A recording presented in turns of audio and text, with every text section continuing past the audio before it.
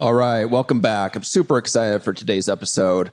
I've got a guest on that's going to talk about, his journey from start until where he's at now. He's built a very successful virtual wholesaling business. And more importantly, he's done a significant amount of volume in a very short amount of time. And so we really want to pull that information out of him of what he's done and what he's learned to build this, essentially the success that he's at now. So with no further ado, Michael, welcome to the show. Calling all real estate investors. Are you ready to get off the real estate income roller coaster and learn the proven lead generation strategies the experts are using to consistently generate profitable real estate deals? Then you're in the right place. This is More Leads, More Deals, More Profits with your host, Mark Lane. Let's get started.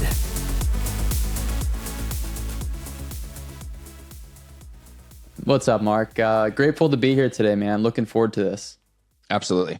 So let's kind of just jump right in. So tell us a little bit about, where you started from, so people get a little bit of a grasp on where you came from. And then we want to get into, the lead generation aspect that has led you to where you're at now, and we'll kind of get into all the details. Yeah. So I'll do as brief of an intro about me as possible. So just a quick take me way back. Grew up in a small town, was told to go to college, get the job. So that's what I did. I went to college in Lincoln, Nebraska. And when I got there, I realized I had no clue what I wanted to do. Big surprise, right? I just show up and expect to figure it out. Yep. Well, didn't work that way. Found out real quickly after getting a degree in nutrition, out of all things, that income wasn't going to provide for my family. And I found myself attending a real estate event, and they talked about wholesaling, and they sold me on that. And $45,000 later, I started diving into real estate while I was working a part-time job, and thought it would be a good idea once I established my network and everything to move across the country. So after I started real estate, I ended up moving to Las Vegas, and that's what led me to having to figure out virtual and really scaling lead generation. So obviously a lot to unpack and dive into there, but that's so a little bit about me. What made you make the move? What was the reason for that, for moving from Nebraska to Vegas? Yeah, good question. So I'm married to my wife. We now have 3 kids. We had one when we moved out here 5 years ago, but her sister said, "Hey, visit Las Vegas when you're," she was 21 at the time. And so we visited for her birthday, and big surprise, we had a lot of fun and we loved it out here compared to the Midwest. Okay. So it wasn't necessarily a huge business move. It was more so just a personal decision. It was a lifestyle decision. Yeah. Okay. I was 24 when I moved here. Okay. So how many deals, if any, had you done before moving there? Yep. So that year that I moved, I had just quit my full-time job. Okay. And had only done 15 deals or so. Wow.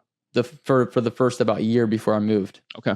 So yeah, that was a couple big transitions within a very short amount of time, like quitting your job, going into starting a new business, and then moving locations as well. Yeah. Looking back, I don't know what I was thinking, honestly.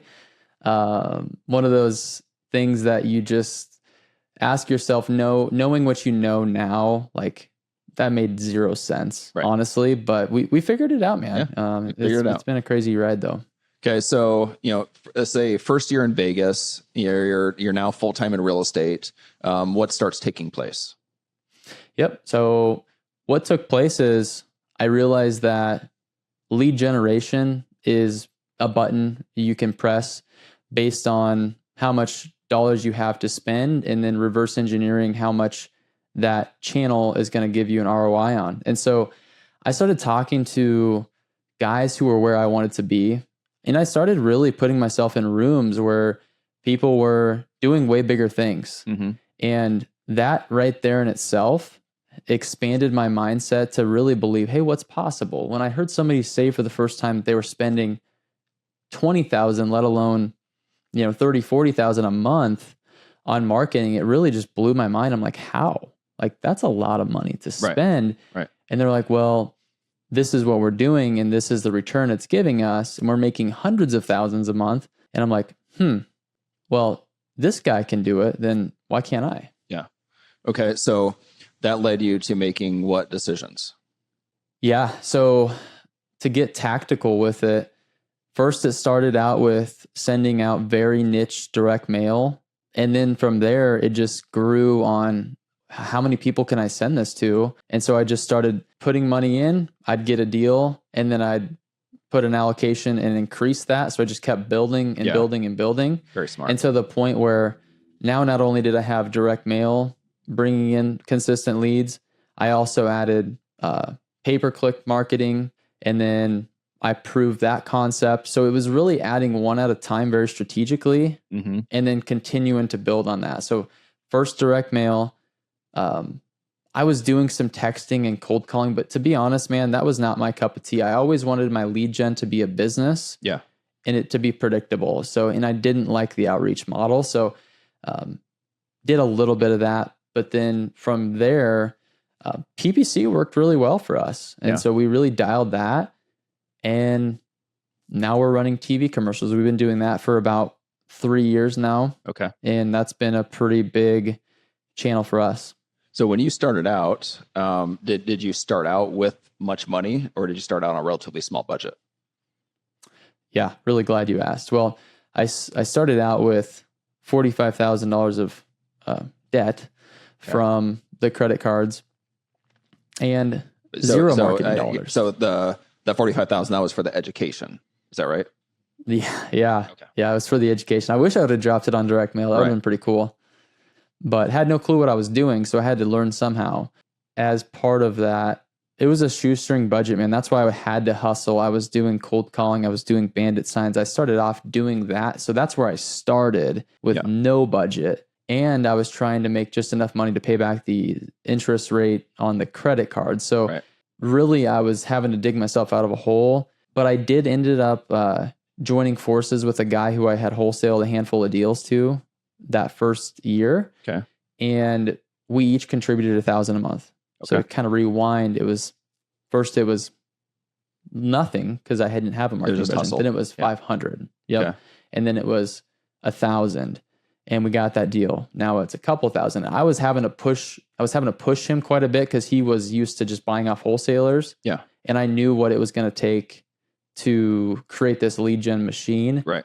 And it was funny because we're to a point now where we're spending about $60,000 a month on marketing. Okay. And he's like, I couldn't talk him into spending $1. And now he's like, well, if you want to do a few million, like if you want to get to like this dollar amount, well, you're going to have to spend this much money because we've reverse engineered it. And I've reached a point, man, where I think it's probably just a thermostat where I'm really getting a little bit uncomfortable because this is getting like this, the dollar amounts are getting bigger, and it just puts more pressure on the performance of the team to convert those leads. Yeah. Yeah. That's cool though. I mean, because you're no longer looking at it from a personal perspective of, like a one person show or a 2-person show. Instead, I mean, you're fully running a business now, so it's looking at things from a completely different angle. Yeah. It's certainly changed because early on, I reached the capacity. I think the capacity for one person is about that 40 to 50 deals per year, at least for me. Yeah. And we reached that point, and it's like, can't do all this anymore. So then we start to bring on team, and sales was a big piece of my first hire that really helped us almost double our business in 2020, 2021, 2022. And we got up to close to 100 deals a year in 2022. And when you have that much acquisitions, you have to have help on the back end of all of that from an operational perspective. Yep. And so that's where we started breaking things. Yeah. Books were out of line. They were a complete disaster. Yep. I'd say that that's a pretty similar story that I've heard of anybody that scales it's just like it's unrealistic to scale and to have everything tight and perfect along the way. I think you kind of like get in these different stair steps where you hit a certain point, you kind of plateau, you get situated and stabilized, and then you kind of can go into another set of growth mode, and then things kind of break again. So it's like all these different little stair steps where you kind of have to continue to restabilize yourselves. Yeah, for sure. And we went through that. You just don't know what you don't know, right? You hope to learn from other people's mistakes, but there's only so much you can learn from a podcast, right? Or education. So we just had to learn the hard way. So what stage was it where you felt like your investment into your marketing was really starting to take shape? At like a dollar figure. If you had to put a dollar figure on it, you could say like, this is when I noticed things starting to be consistent. We started to notice some growth happening. What point was that for you? I would say between that like $10,000 to $20,000 a month threshold, we could have some pretty predictable results. And we've talked about this. I think we talked about it on my podcast, Mark, where there probably is a diminishing return, or there's a point is if you don't have your other pieces dialed in to where you're just wasting money. And I've also found that threshold as well. But a big part of what we do is just marketing and sales.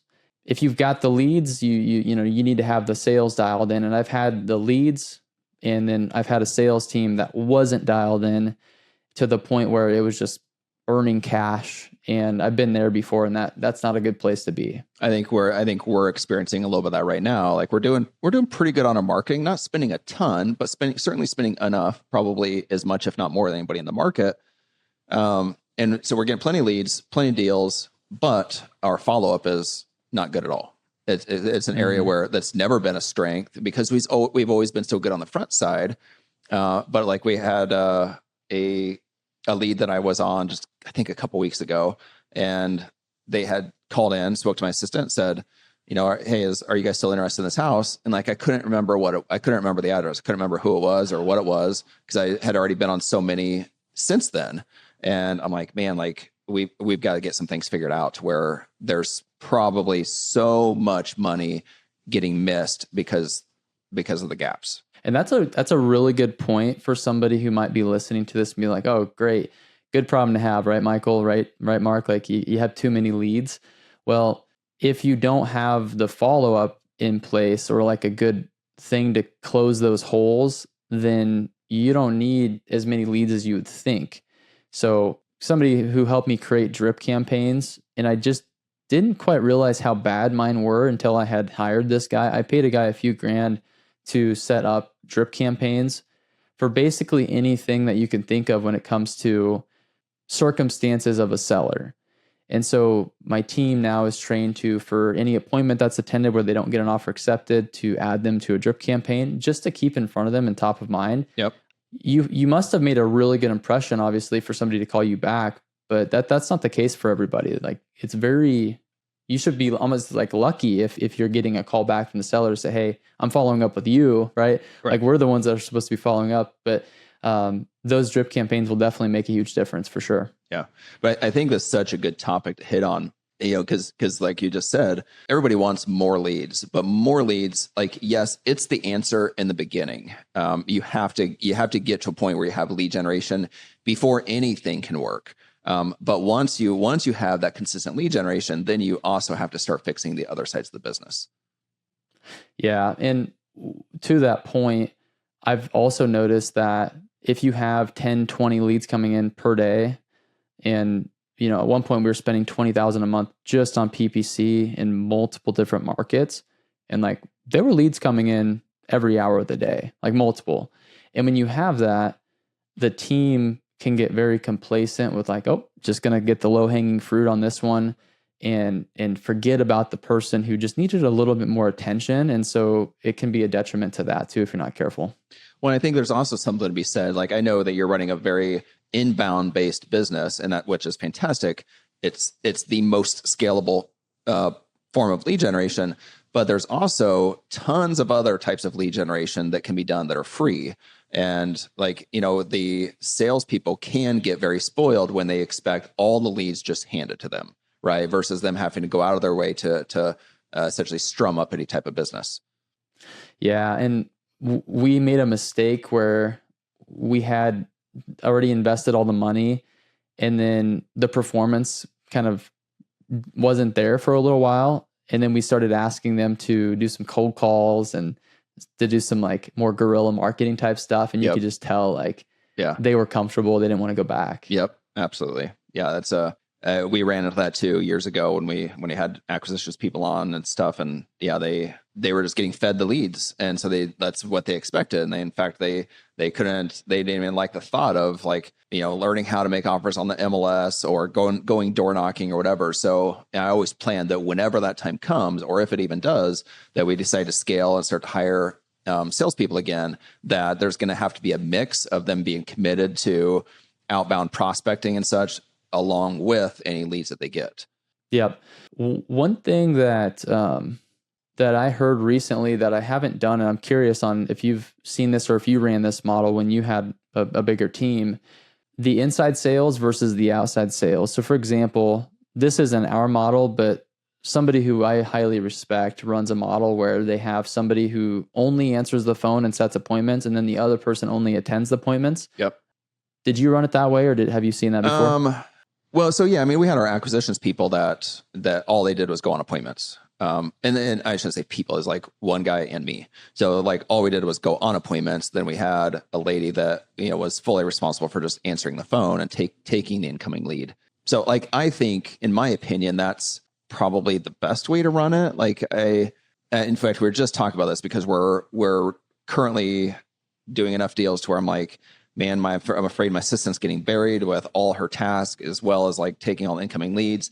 I think we're at that point where we really need to start entertaining hiring a leads manager to be 100% focused on just incoming leads and making sure everything's going to the CRM correctly, making sure the emails are going out. And then also, if there's any type of dead time, making some outbound calls to try to essentially generate a little bit of activity. But yeah, I would want that person to be really focused on, I heard somebody talk about it like trapping, like they want to be a trapper. They're not somebody that's going out of their way to try to get new business. Instead, they're pulling in new business when that person calls in. Yeah, that's a good way to look at it. How valuable is that person, like answering the phone? Because I remember somebody telling me once, and I didn't quite understand. I'm like, okay, well, how good does a lead manager have to be if you have a salesperson going on the appointment? But what I've learned is like that lead manager, that first impression is so important, especially if you have people calling you. Very much so. Have that. But I can give a little bit of numbers behind that. So, and I think it was just last month. So from our Google AdWords, so our Google AdWords, we pulled, what was it? 18 leads. We spent a total of 6,800. We got 18 leads. We had 1,900% ROI. So it was just phenomenal ROI. But out of 18 leads, we only had 12 appointments, right? So 1/3 of our appointments, 1/3 of our leads, we didn't even go on, simply because we didn't have the manpower to consistently go after those leads. Like after they came in and my assistant / leads manager had a couple attempts at trying to get a hold of them, there were so many new leads coming in from between Google AdWords and direct mail and stuff that she didn't have the ability to keep going after those leads that got missed. And so when we look at that though, out of those 12 appointments we went on, we converted 4, right? If I remember my math right. So meaning that 6 that got missed, at least one of those would have been a deal if considering average ratios. So at least one of those appointments that we missed would have been a deal. So that's easily a $20,000 per month mistake, right? Like if we close that gap easily, because our current average wholesale fee is over 20 grand. So right now, with just that one mistake being fixed, that's $250,000 a year to our bottom line. Yeah, no, that's crazy, man. And it's hard for people to really process that and like truly understand how much it could be costing you to not have that person. But on the flip side, and I know you've been here before, and I'm definitely been through it as well. There's also an opportunity cost with having too much. Oh, for sure. Too many hands in the cookie jar. Yep. Yeah. It's a very delicate line to walk. And it's why I'm like slow to make that decision, because I know like we're very comfortable and we're doing well and all the, so it's like we kind of found a really nice amount of deals that we can do, amount of marketing we can spend, all that works, to where I know that if we add more, it's going to be, if we add another person, and let's say we add a leads manager that does really well, then that's going to mean more appointments for me. I already feel maxed out. So that means either one, I'm going to be hustling even harder, or two, now I'm going to have to hire acquisitions people all over again. So it's like by that one change or hire, it might end up stair stepping into 2 or 3 more hires. And I just don't know if I want to go that way. No, I don't blame you, man. So it's a very delicate thing. Like, but and it's a great problem, right? Like, getting up to that, like you said, I think that, I don't know, 40, 50 deal per year range, like you can do pretty comfortably with a really good assistant. And if you yourself are really good, like that's a very strong power team of 2 people that can easily generate $400,000 to $500,000 a year. And that's a phenomenal business for a very small business. But then, you start to add more marketing and more, potentially another person. And next thing you know, that can easily push you into, 100 deals plus per year. Yeah. Yeah. You know what, man? You and I each have, I feel like, a pretty unique ability when it comes to talking to people, persuasion, closing deals, etc. And not every person listening to this may feel like they have that yet, but obviously it just comes with repetitions. One thing I underestimated how hard it would be is actually managing a sales team. I just underestimated that.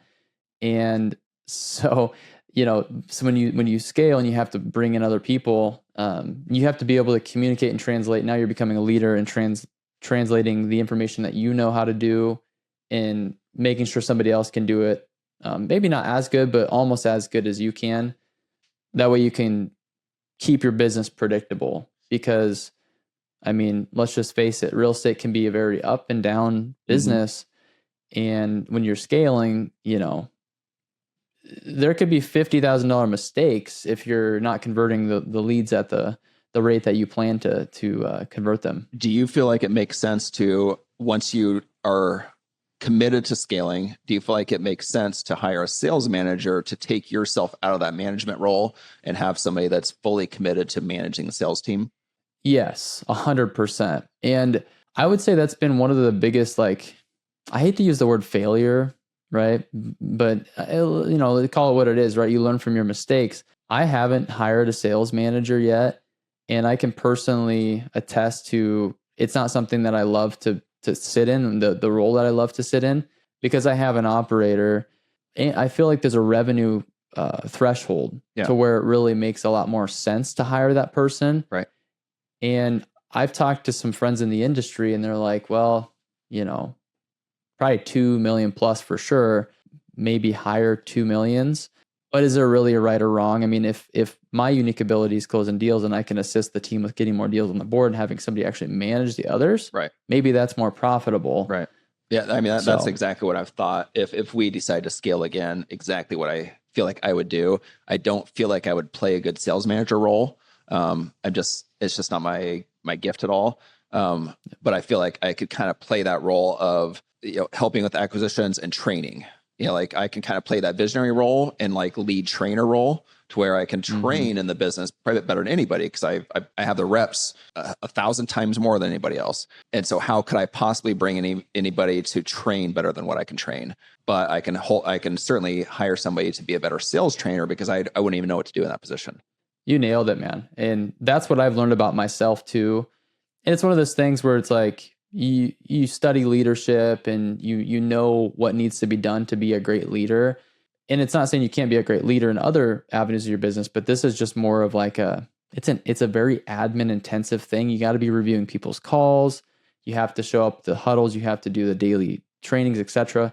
And I found myself thriving more into the training sales trainer versus the sales manager. Yeah. And I'm going through, I'm in a strategic coaches mastermind, and one of the things they talk about is your unique ability. And if a person has a unique ability of being a sales trader, then that's probably where they want to stay. Most people probably aren't. As entrepreneurs, we're probably either great at the skill that we do, or we're great in the visionary role. So, and I think people like you and I kind of have a good combo there. But yeah, I think that there's people you can hire as a sales trainer for, I don't know, probably 150 to 200 plus, but they can manage a very significant sales staff, that would take a lot of time and demands. Yeah. Yeah. And it's really one of those things where, scaling this business to a point, and it's really a huge commitment and a decision you have to make, because it's not like you don't want to hire this person and then change your mind after 3 months, right? Like if you're going to do it, like you got to commit to it. And I just honestly, man, I just love doing deals. Yep. So like same, I'm a deal guy, right? Yep. Deal maker on my shirt.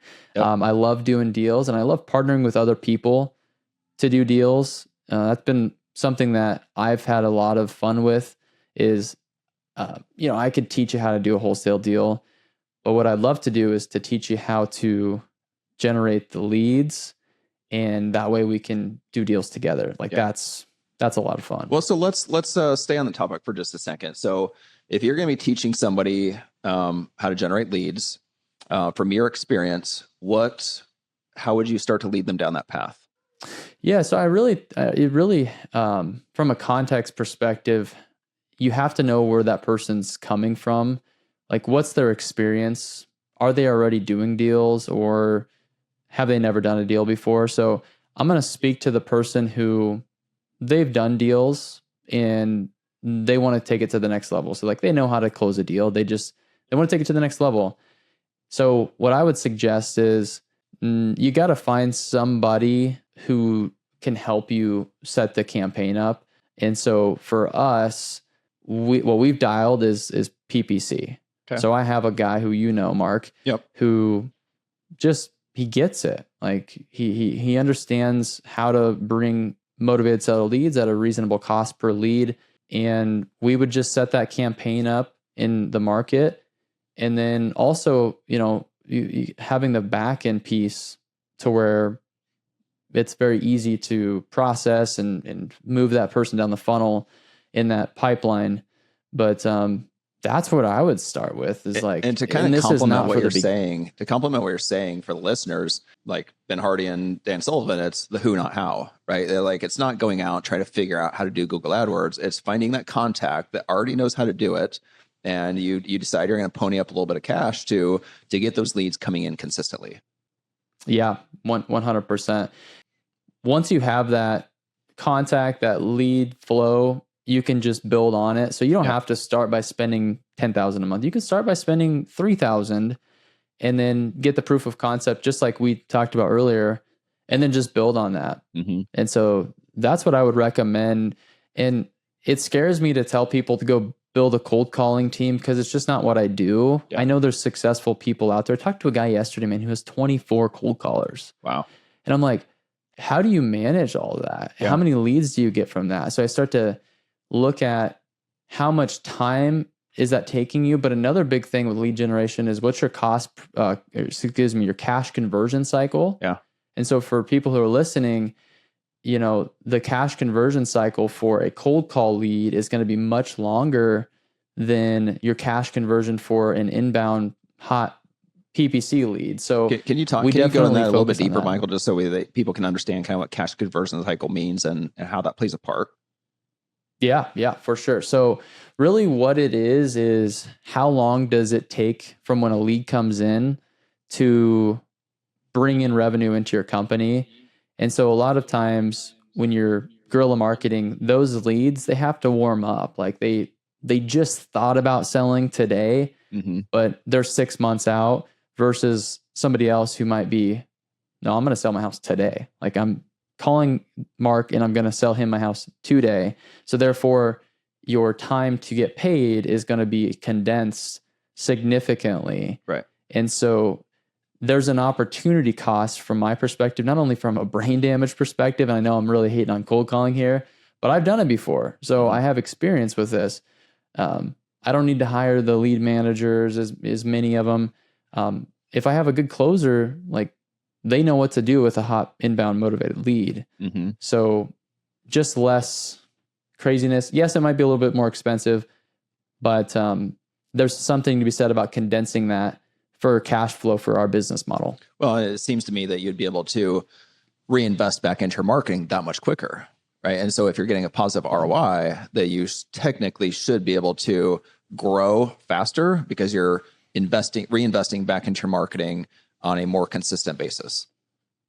Yeah. And that's a good point, because that's one thing that we had to pivot on a little bit over the last year and a half since the interest rates had changed. And I feel like the wholesale market calmed down a little bit. Yeah. Cash buyers got a little bit more particular. And so we were just simply not able to create that margin for a little while, to where now our cash conversion cycle of our typical 30, 45 day close became, 4 to 5 months or 6 months for a flip. And so we crunched ourselves in that. And I just wasn't expecting that. Yeah. But can you imagine if I had the combination of that plus the combination of a 6 month with a slower cash conversion? I mean, a lot of people would probably be out of business, honestly. Yeah, I remember having a guy that he was actually a project manager for me, managing the rehabs. He came from corporate world, and that wasn't his strength whatsoever. But we tried it, and same thing. He ran all the numbers. He's always keep track of the numbers. Like, I wasn't a numbers guy, but he was, and so months in, he comes to me and he's like, Mark, he's like, you need to look at your numbers. He's like, you're not making your money from flipping houses. You're making your money from wholesaling. He's like, you're turning these deals so much faster, and they're no risk to you. He's like, you never have an overage with a wholesale. You have overages all the time with your flips. So he's like, I'm literally like talking myself out of a job here, but he's like, this is where your bucket's at. Yeah. So it's one of those things where if you're like a go-getter, visionary, like that doesn't give you fuel, like the numbers don't, but it's very good to have somebody who can interpret those for you. And just looked at that in our business. Yeah. We've done a lot more flips this year than we have ever done before, because we've got a guy who has a really good ability to manage those. But when I looked at the wholesale versus novation versus wholesale versus flip, I'm like, look at this, man. Like the novations are way more profitable. The wholesales are pretty solid, and the wholesales are killing it. Yeah. And our flips they're okay, but how much more overhead and time and headache and risk does that take versus just a quick wholesale in and out? Yep. And if you turn that deal that much quicker, you're like, your income is exponential on that. It is. And like, I can't remember who. Actually, I can, but I'm not going to say his name just for certain reasons. But he said, real estate's all about the lead, right? And like the better you can get at creating and generating leads, the more money you're going to make. The money's not in the fixing. Like that's just one of the ways to essentially pull your money out of the deal eventually, like after you fix and sell it. But your money's all in like how well you buy it and how many you can do. And so like once I finally really understood what that meant, I'm like, I'm not really ever going to be planning to fix up and sell houses at all anymore. Instead, I can just focus on generating more leads, and do more deals, and then sell them as quickly as I can, taking that money, turn around, and repeating the process. Yeah. So true. And one thing that I just talked to a guy today who we're helping, doing kind of a strategic partnership with, and he has not been a wholesaler in the past. He's only really done his own flips, but he's used to buying off the MLS, and we've showed him how to generate off-market leads. And I'm like, hey, like you need to, take a look at wholesaling out some of these, because you're just not going to be able to keep up with trying to flip all of them. And he had a belief about, well, why would anybody pay this much for these deals? And I thought, well, that's interesting, because I think a lot of people think that as you're trying to decide to wholesale this to somebody, why would anybody pay this much more? It's because they don't have access to the deal flow that you have access to. Yeah. So if you have access to that deal flow through these lead generation strategies that we're talking about, I mean, you're pretty much unstoppable, honestly, in this business. Yeah. Anybody that doesn't understand it or that thinks that they have the way. And so I'm thinking of people I know that still buy from the county auction. There's always those deals that happen there, right? Like they go to the county sale every single week, foreclosures there. But the only way to win those deals is to be the highest paying buyer. Like there's no competitive advantage there whatsoever, right? And so when I think about that, I'm like, they have no idea what we possess as far as like generating leads and our skill sets. They just don't understand it. I haven't yet seen somebody that has that business model that's adapted over, because they're thinking like, well, you guys are just spending too much money on marketing and that kind of thing. And like, you have no idea. Like, we're getting as good, if not far better deals than what you're getting. And we get them every single day. We have access to them all the time, and nobody else has access to them. Like, even better. It's the phenomenal. Beauty of cherry picking your own leads is the best thing. Yeah. Okay. So let's, couple more details. I know we're already past almost 40 minutes. What are your couple favorite sources of lead generation? Yeah. So this has changed a little bit. I mean, PPC, obviously you can tell I'm a huge fan of that. That's one of my favorites because I can turn it on today and I can have a lead tomorrow. So that's my favorite one. One that I've grown to like a little bit more from the brand that we're building, because there's a couple ways to do this business. There's people you've never heard of that are doing $1 million a year. And there's people who have a presence in a local market. And I know we've talked a little bit about this. So this is where I said I had somewhat of a hybrid business model, because I can plug into California tomorrow and I can do a deal and it'll be fine. But I love the credibility factor that TV brings us. Okay. And it's a little bit more expensive, but you just get that authority, that celebrity type status. And I don't really care about it, honestly, as much as I thought it would be cool in the beginning, right, of being on TV. I care more about it from just a trust perspective. Like, oh, there's Michael again on TV, and gosh, I've seen him over and over and over. And we hear that a lot, even if we get a PPC, like, hey, I've seen you on TV. Okay. So that cross has been pretty powerful for interesting business. What kind of ROI are you seeing on your TV? Yeah, so it ebbs and flows, and this is a harder one to track, but we look to be at least 3x, which again, if you know marketing, that's not a great like ROI, especially for how much it costs. But we've gotten some really good deals over the years. So I've gotten a 6-figure flip from TV before, So when you can put those in there and you look at that over 3 years, I can live with a 3x ROI. The problem I had with TV is, and I did that years ago, I haven't done it for a long time, and I didn't have anybody running it for me. It was literally me and the TV station, so I was probably getting screwed, and no idea how bad.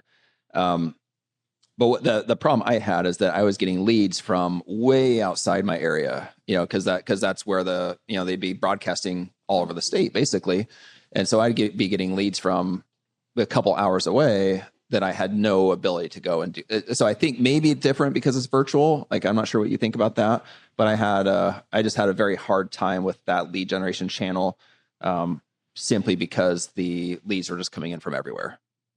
Yeah. Well, it's something you're going to have to be prepared for. And there's a couple of things you can do about that.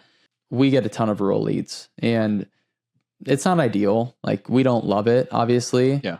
But over the years, we've just learned to, what do we do with these, right? There's a couple things we could do. Number one, you could buy it for literally 30 cents on the dollar, and then it makes sense to take that chance, which we've done. We've done some pretty good flips in some small towns. Okay. But logistically speaking, that's not scalable. That's brain damage and a nightmare. Or you could just pass it off to a realtor in the area who could take them and see if they can help the person out, which I'm not really in the Zillow business of referring leads. Yeah. It's not really how you're going to make a great ROI in your marketing, but it's a way to monetize them. Okay. Got it. Here's my favorite. Go for it. I'm getting to my favorite. And I know this is going to be something that you might be curious on, because you made a post about this. Rather than wholesaling those, because you're not going to find a buyer in those markets typically, we have figured out a way to get the seller a price and then get them listed and sold on the MLS. And surprisingly, retail buyers are not terrible in those small towns. So we've bridged that gap, and we've made some pretty good sized deals on leads in the middle of nowhere that nobody else would have probably touched through a novation. Interesting. Okay. Yeah, I know we still need to talk about that. I've just been busy and haven't been able to have that conversation. Okay. So getting back to the PPC, like, what type of an ROI are you seeing on that?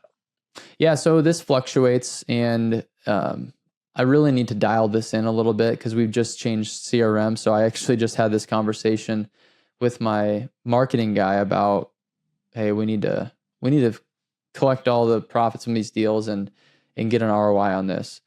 With that said, let me interrupt you real second. I'm going to send you my marketing spreadsheet. That's everything's in there. So like you'll literally just have to be able to enter the data and it's going to spit out exactly what your ROI is, all that stuff. So I'll give that to you. I'll send that over, and then I'll try to figure out how to put it in the show notes and stuff as well. But it's awesome. Dude, that's so a huge I paid a lot of money to have that built, and it's a game changer. So it's pretty sweet. That's huge, man. And really appreciate that. That's awesome. People are going to love that too. To get back to your question though, I mean, 5X. And, I've got this wrote on my board because I've really broken this down to simplify it for the listener. And the way that I have this broken down is, and I'm going to read you off my whiteboard over here, what I'm actually looking at. I have $250 per lead on average. I have 40 leads. That'll get you 40 leads at $10,000 a month spend. If you can close 1 in 10, if you're pretty sharp, pretty good, which is not very unreasonable for a PPC, and you can make $25,000 per deal at a 75% success rate, meaning 1 in 4 fall out, that'll get you a 7.5 ROI. That'll be a $75,000 a month business. I mean, if you ask me, that would be a really solid business model if you could repeat that over and over and over. And you said $10,000 a month? $10K a month. Yeah. If you can get a 7.5 ROI. Yeah, that'd be amazing. From one lead generation channel. So yeah, there's so much power in this business. I mean, like when I think of, a lot of the other small businesses out there, I'm sure, some of them are very profitable, but I would say most aren't that profitable. Whereas like this is one business where you can be relatively small and make what I consider a pretty significant fortune. It's pretty amazing. I would agree, man. It's honestly one of the best businesses. I'm biased, obviously. It's one of the best businesses ever, though. I just think about these service-based businesses. Like an AC unit went out in one of my rentals yesterday, and I'm like, I almost feel bad for negotiating the guy who's replacing my AC, because I'm like, man, I looked these up online. This is how much they cost. And like, this is how little their margin is, and I'm like, I'll do a deal and like make this much on it. And the amount of staff that they have to, especially as they get bigger and they're servicing hundreds and hundreds of clients, the amount of staff that they have to have, and the shop, all the vans, very intensive. I mean, don't get me wrong, they can make a fortune too. Like some of those service-based businesses do extremely well. But they're usually around for a long time before they ever do. Yeah. 100%. Okay. Let's see let's jump into this lightning lead round. Okay. So I'm interested to ask you some of your questions. In fact, I could probably almost predict what some of yours are going to be, but we're going to ask questions. All right. So digital or traditional? Quick, pick your preferred lead generation medium. Digital. Okay. Favorite tool? What's one lead generation tool you can't live or work without? PPC for sure. Okay. Best book? Which book on marketing or sales do you think every real estate investor should read? I would say Never Split the Difference. Okay. By Chris Voss. Okay. Number one metric. What's the top metric you track in your lead generation campaigns? Cost per deal. Cost per deal. Okay. Quick win. What's one quick win our listeners can implement today for better lead generation? Quality over quantity. Focus on generating good leads and spend more time with them. Good. Personal touch or automation? Which do you lean on more for lead gen? Well, you heard me talk about drip campaigns. So I love automation, but personal touch is never going to go away. So like I'm a big relationship guy. Okay. Most overrated trend. What lead generation trend is currently overhyped? I would say AI cold calling right now is going to be dead before it's even alive, honestly. Most underrated strategy. What lead generation strategy deserves more attention? Well, one I would say is just knocking on somebody's door. Okay. Good old-fashioned door knocking. Yeah. Okay. One big no-no. What's one lead generation mistake to avoid at all costs? Well, doing multiple strategies at the same time before you have a proven result. Yeah. Okay. And last one, future bet. What's the next big thing in real estate lead generation? Honestly, something that I recognized when these iBuyers were buying that I felt like somewhat disrupted the industry a little bit was the automatic offer. Yeah. And the inflated prices on those offers, regardless if that's the net or not. That definitely has been one thing that I'm scratching my head about. I'm like, how do you compete with that if you're in a big market like Vegas, for example? Not only how can you compete, but how can they sustain it, right? How can it sustain not making money? I mean, like, I know they're gigantic companies, but still, it's like, how does any company sustain that? You can't, eventually. No, I don't think they did either. And that's a good thing for us, right? We've tried some like AI type conversations, depending on what answers they put. It'll prompt a different question, and it just wasn't that great. It had no personal touch to it. People fill them out and never get a hold of them. So it's just, the personal touch in this business is never going to go away. Yeah. I think one of the huge missing opportunities right now is not only the personal touch, but just, good old fashioned networking and truly becoming the key person of influence in your market. And the way I like to look at it is the person that everybody knows as the house buyer. If you can become that person in your market, you will not lose, and you will win. But most people are I know this is all focused on lead generation, but most people are all focused on automation, or they're focused on sales, or focused on all these different things. Like, position yourself as the go-to person in your market that everybody knows. And if you do that, you're going to have so much stuff flowing your way that you can't possibly lose. Oh yeah, for sure. And you've probably heard this before, like being the most known, right? You see these big companies and then you hear somebody bashing them for how terrible the service was. Well, they still are doing great in business overall because they have so much recognition, even though I don't agree with that model. Like I don't want to have bad service. I don't want to sacrifice that, but there's something to be said about being the best known and obviously incredible at the same time. So, yeah. Okay. Well, awesome, Michael. Thank you so much for being on the show. Got tons of good information. I love our discussion about sales and operations and scaling. Not a lot of people can have that conversation, so appreciate that. Where can people find you and connect with you? Yeah, well, thanks for having me on, Mark. It's been a pleasure. Michael McDonald REI on Instagram, or you can check out my website, thevirtualmillionaires.com. Got some free resources and stuff on there, so feel free to check that out. But yeah, man, it's been fun. Awesome. All right, everybody, if you would go to rate this podcast, give it a 5-star. Thank you so much for listening, and we'll talk to you soon. This episode is over, but we're not done here. For tons more actionable advice, be sure to subscribe to the podcast so you never miss an episode. Ready to get help from Mark directly? Visit marklaneeducation.com to schedule a consultation and kickstart your lead generation strategies right away. We'll see you next time on More Leads, More Deals, More Profits with Mark Lane.